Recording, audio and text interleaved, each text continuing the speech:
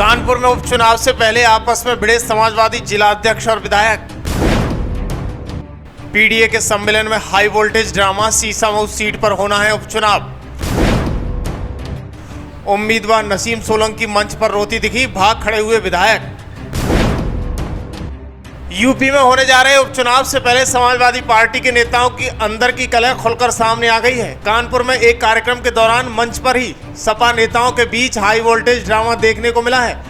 कानपुर की सीसामऊ सीट पर उपचुनाव होने हैं। ऐसे में यहां उपचुनाव से पहले समाजवादी पार्टी द्वारा पीडीए सम्मेलन और चुनाव समीक्षा की बैठक रखी गई। इस दौरान सपा जिला अध्यक्ष विधायक हसन रूमी और अमिताभ वाजपेयी आपस में भिड़ गए।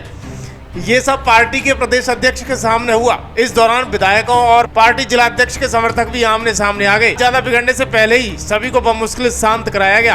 दरअसल हम आपको बताते चले कि इस दौरान जब मंच पर बोलने के लिए सपा विधायक आगे आए तो सपा जिला अध्यक्ष ने उनकी तरफ उंगली करते हुए कहा कि तमीज से रहिएगा। ये सुनते ही कानपुर कैंट के सपा विधायक हसन रूमी, आर्यन नगर सीट से सपा विधायक अमिताभ वाजपेयी ने हंगामा कर दिया और फिर जिला अध्यक्ष और सपा विधायकों के बीच तू मैं हो गई। दरअसल सीसामऊ सीट से उपचुनाव के लिए समाजवादी पार्टी ने पूर्व विधायक इरफान सोलंकी की पत्नी नसीम सोलंकी को टिकट दिया है। बैठक में वो भी मौजूद थी। इस बीच हंगामा इतना बढ़ गया कि एक दूसरे के समर्थक मंच पर आ गए और जमकर नारेबाजी करने लगे।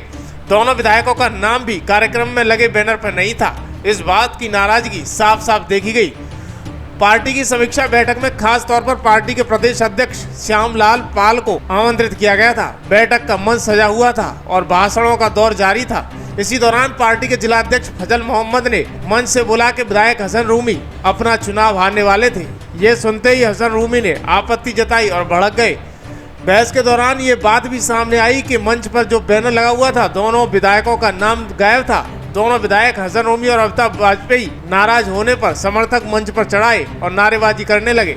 इसी दौरान गुस्से में दोनों विधायक बैठक से जाने लगे, लेकिन पार्टी के नेताओं के समझाने पर फिर बैठ गए। हालांकि इस पूरे बवाल के बाद जब हसन रूमी से पूछा गया तो उन्होंने कहा कि शायद जिला अध्यक्ष की जबान फिसल गई होगी और उन्होंने पूरे मामले को मामूली बताया। विधायक अमिताभ वाजपेयी ने भी इसको तूल न देने की बात कही। कहा कि जिला अध्यक्ष को थोड़ा संभल कर बोलना चाहिए। पार्टी के जिला अध्यक्ष फजल महमूद ने कहा कि उनके कहने का मतलब कुछ और था, लेकिन विधायक ने शायद इसको गलत समझ लिया है। उन्होंने विधायक से बाद में बात करने की बात कही है।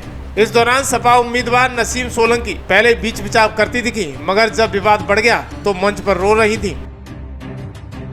एक बात समझ लीजिए, समाजवादी पार्टी जिसके राष्ट्रीय अध्यक्ष हैं माननीय अखिलेश यादव जी, और राष्ट्रीय अध्यक्ष जी जिस विधानसभा में पहुंच जाते हैं, चुनाव में रोड शो करते हैं, जनसभा करते हैं, हर आदमी चुनाव जीत जाता है।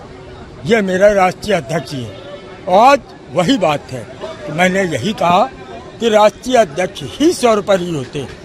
राष्ट्रीय अध्यक्ष को जनता इतना चाहती है। आज पहचान हम लोग की राष्ट्रीय अध्यक्ष समाजवादी पार्टी है।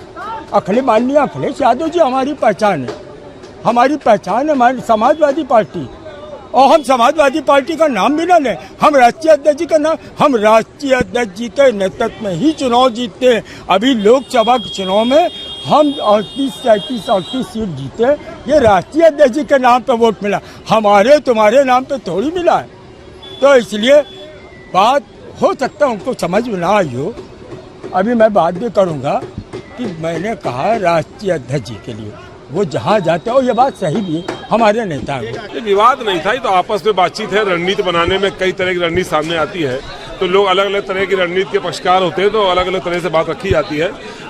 विवाद जैसी कोई स्थिति नहीं थी। पार्टी समाजवादी पार्टी पूरी एकजुट खड़ी है और मजबूती से इरफान सोलंकी के साथ जो षड्यंत्र हुआ है उसका जवाब देने की तैयारी कर रही है। पर हार रहे थे ये किसी के लिए कहना उचित नहीं। हमें लगता है गलत सब निकल गया होगा, भूलवश भी निकल जाता है, भावना में निकल जाता है। देखिए, वैचारिक मतभेद है।